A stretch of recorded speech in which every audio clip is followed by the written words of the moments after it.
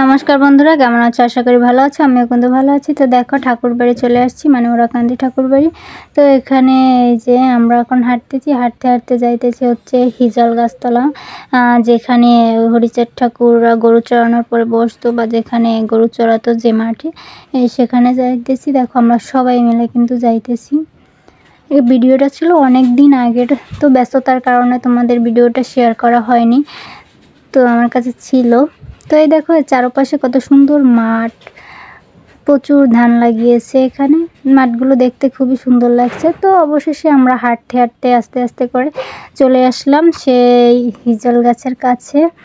তো আমরা এখন এই হিজল গাছের কাছে গিয়ে দেখব, এখানে হরিচাঁদ ঠাকুর বসতো গরু চড়ানোর পরে।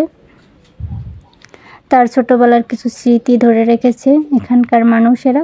তো এই যে দেখো হিজল গাছ, আর এখানে দেখো চারপাশে সুন্দর একটু বাঁধিয়ে দিয়েছে। আর এই যে দেখো এই সাইডে হচ্ছে লাল সুতো, তো এখানে সবার মনস্কামনা পূর্ণ বলে এখানে লাল সুতো বাঁধা হয়। তো এই যে দেখো এখানে প্রণাম করলাম, আর একটু ঘুরে ঘুরে তোমাদের দেখানোর জন্য ভিডিও করলাম। তো আমাদের ভিডিওটি যদি ভালো লাগে তাহলে লাইক কমেন্ট শেয়ার করো, আর সাথে থেকো। আশা করছি তোমরা সবাই আমার পাশে থাকবে, সাপোর্ট করবে। তো আজ এই পর্যন্ত, টাটা।